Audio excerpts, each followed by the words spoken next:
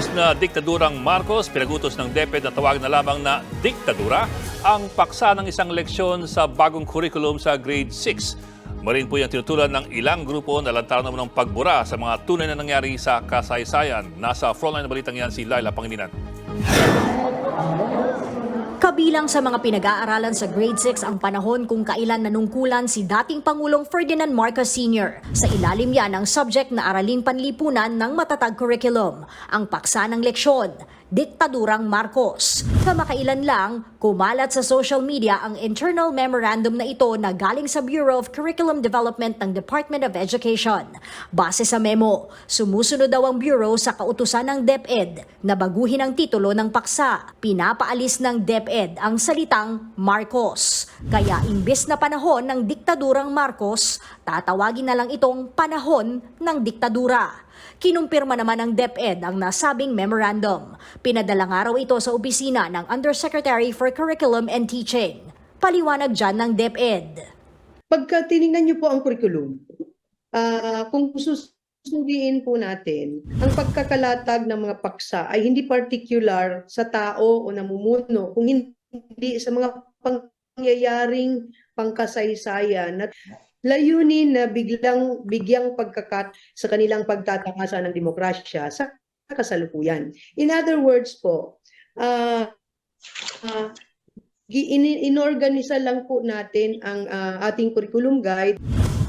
Kinundi na ito ng grupo ng mga guro na Congress of Teachers and Educators for Nationalism and Democracy.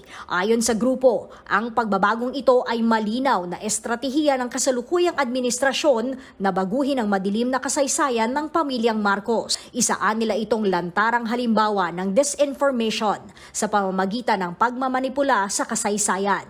Paglilinaw naman ng DepEd, hindi pa naman daw final ang direktiba. Itinanggi rin ng DepEd na may political pressure sa likod ng revised curriculum.